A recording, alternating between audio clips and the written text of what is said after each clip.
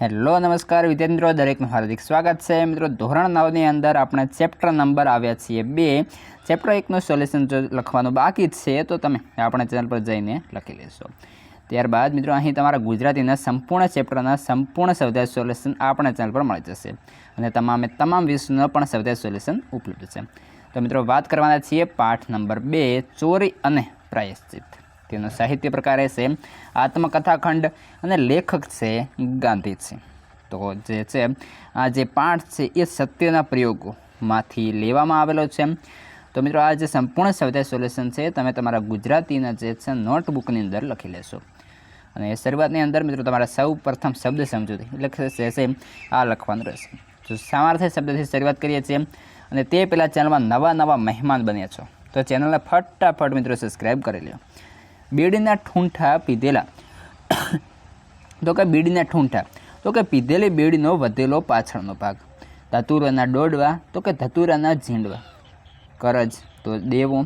તાડન તો મારવું તે અસહ્ય તો કે સહી ન શકાય તેવું। વિરુદ્ધાર્થી છે સ્વાધીનતા પરાધીનતા। આજ્ઞા અવજ્ઞા। ઝેર અમૃત। સંધ્યા ઉત્સાહ। હાનિ લાભ। સ્મરણ વિસ્મરણ। શુદ્ધિ અશુદ્ધિ। તળપદા દોકડો તો કે જૂના ચલણ અનુસાર 1 પૈસો। અને રૂઢિપ્રયોગ છે જીભ ન ઉપડવી તો બોલવાની હિંમત ન થવી।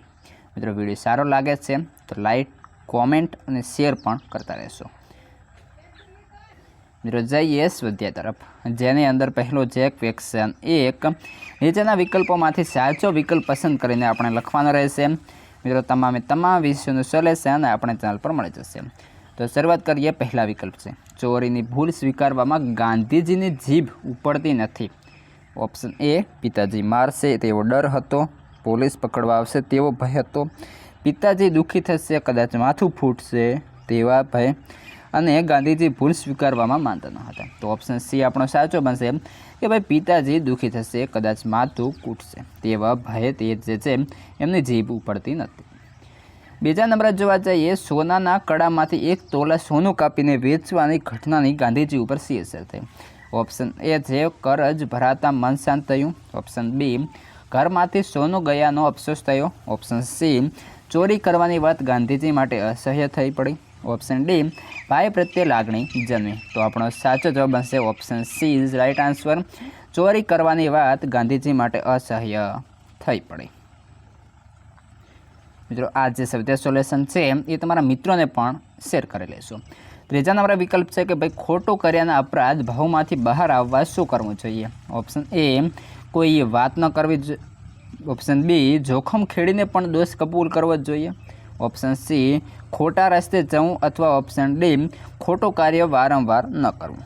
તો આપણો સાચો જવાબ મિત્રો બને છે જેમ કે ઓપ્શન બી છે જોખમ ખેડીને પણ દોષ કબૂલ કરવો જ જોઈએ। ચોથા નંબરે જોઈએ બીડી પીવાની ટેવમાંથી બીજી કઈ કુટેવ આવે કોને ગાંધીજીની। તો કે ધુમાડો કાઢવાની, નોકરના પૈસા ચોરવાની, વડીલોના દેખતા બીડી પીવાની કે ધતુરાના ડોડવા ખાવાની। તો ઓપ્શન બી આવશે સાચું નોકરના પૈસા ચોરવાની। ત્યારબાદ મિત્રો આગળ આવે છે જેની અંદર પ્રશ્ન 2 છે નીચેના પ્રશ્નના 2-3 વાક્યની અંદર જવાબ આપો। તેની અંદર પહેલો પ્રશ્ન રહેશે ગાંધીજીએ ચિઠ્ઠીમાં શું લખ્યું હતું। તો જવાબ જોઈએ। મિત્રો સંપૂર્ણ સારી રીતે સોલ્યુશન આપેલું છે, તમે સૌથી અંદર સારી રીતે લખી લેશો। તો કે ગાંધીજીએ ચિઠ્ઠીમાં પોતાના માંસાહારી ભાઈને દેવું થયું હતું, આથી ભાઈના સોનાના કડામાંથી નાનો ટુકડો કાપી દેવું ચૂકવવામાં ગાંધીજીએ ભાઈને સાથ આપ્યો। આ ચોરી કર્યા પછી ગાંધીજીએ ભાઈને સાથ આપ્યો। આ ચોરી કર્યા પછી ગાંધીજીને થયું અને પિતાજીને ચિઠ્ઠીમાં આ ચોરી કર્યાની તેમણે નિખાલસ કબૂલાત કરી। પ્રશ્ન 3 છે નીચેના પ્રશ્નોના 7-8 વાક્યોની અંદર ઉત્તર લખવાના રહેશે, જેની અંદર પહેલા નંબરે પ્રશ્ન રહેશે ચોરી અને પ્રાયશ્ચિત પાઠને આધારે ગાંધીજીના ગુણોનું વર્ણન કરો। તો ચોરી અને પ્રાયશ્ચિત પાઠમાં ગાંધીજીનો સૌથી મોટો ગુણ તેમની નિર્ભયતા અને પ્રામાણિકતા છે। તેમને બીડી પીવાની તડપ માટે ચોરી કરવાની ટેવ પડી, તેનો તેમણે એકરાર કરે છે। તેમનું વ્યસન છૂટે એમ ન હતું અને વડીલોની આજ્ઞા વગર કંઈ થઈ શકે તેમ પણ ન હતું, માટે તેમને આપઘાતની ઈચ્છા થઈ પણ આપઘાત કરવો સહેલો નથી, તેથી તે વિચાર પડતો મૂક્યો ભાઈનું કરજ ચૂકવવા ભાઈના કડામાંથી 1 નાનો સોનાનો ટુકડો કાપી અને કરજ ચૂકવવા ભાઈને સાથ આપ્યો। આવી અનેક બાબતો હતી જે દોષ કબૂલવા પ્રાયશ્ચિત કરવાની ઈચ્છા દર્શાવે છે. આ પ્રસંગો ગાંધીજીના સત્યના જે છે આગ્રહ, અહિંસાની ભાવના અને નિર્ભયતા ઉપરાંત પ્રમાણિકતા દર્શાવે છે.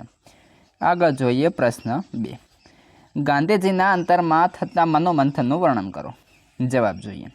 ગાંધીજીને બીડી પીવાની ઈચ્છા થઈ, તે પૂર્ણ ના થતાં ચોરી કરી અને એ અંતે આપઘાત કરવાનું મન થયું. આ 3 ઘટના બાદ વિચારોનું મંથન શરૂ થાય છે કે આપઘાત માટે ઝેર કોણ લાવી આપે, ઝેરથી મૃત્યુ ન થાય તો મારીને શું લાભ? આવા પ્રશ્નો મૂંઝવે છે. અંતે રામજી મંદિરે જઈને મન શાંત કરવું અને આપઘાત ભૂલી જવું, આવી અનેક ઘટના ઘટે છે. ઉપરાંત ભાઈનું કરજ ચૂકવવા માટે સોનાના કડામાંથી નાનો ટુકડો કાપી કરજ ચૂકવવા ભાઈને સાથ આપે છે. એ વાત કરવા છતાં પિતાજી દુઃખી થશે, કદાચ માથું ફૂટશે તો. આવા વિચારો ઉઠ્યા પણ અંતે દોષ કબૂલ્યા વિના શુદ્ધિ નહીં થાય એવો નિર્ણય કર્યો. આ નિર્ણય પાછળ ગાંધીજીની સત્ય ભાવના તથા નિખાલસતાથી ઇકરાર કરવાની વૃત્તિ જણાઈ આવે છે. મિત્રો, આવો જ સંપૂર્ણ જે છે સોલ્યુશન સમજૂતી સાથેના વિડીયો આપણા જે છે તમારે દરેકે દરેક અન્ય વિષય હોય, અન્ય ચેપ્ટર્સ હોય, સંપૂર્ણ તમને આપણી ચેનલ પરથી મળી જશે. તો ફટાફટ ચેનલને સબસ્ક્રાઈબ કરો, આ વિડીયોને લાઇક કરો, તમારા મિત્રો સાથે શેર કરશો. અને અન્ય હવે આગળનો સ્વાધ્યાય અને અન્ય વિષયના સ્વાધ્યાય મિત્રો તમને આ વિડીયોના ડિસ્ક્રિપ્શનમાં જશો ત્યાંથી મળી જશે. તો તમારા મિત્રોને અત્યારે જ આ વિડીયો શેર કરી દેશું.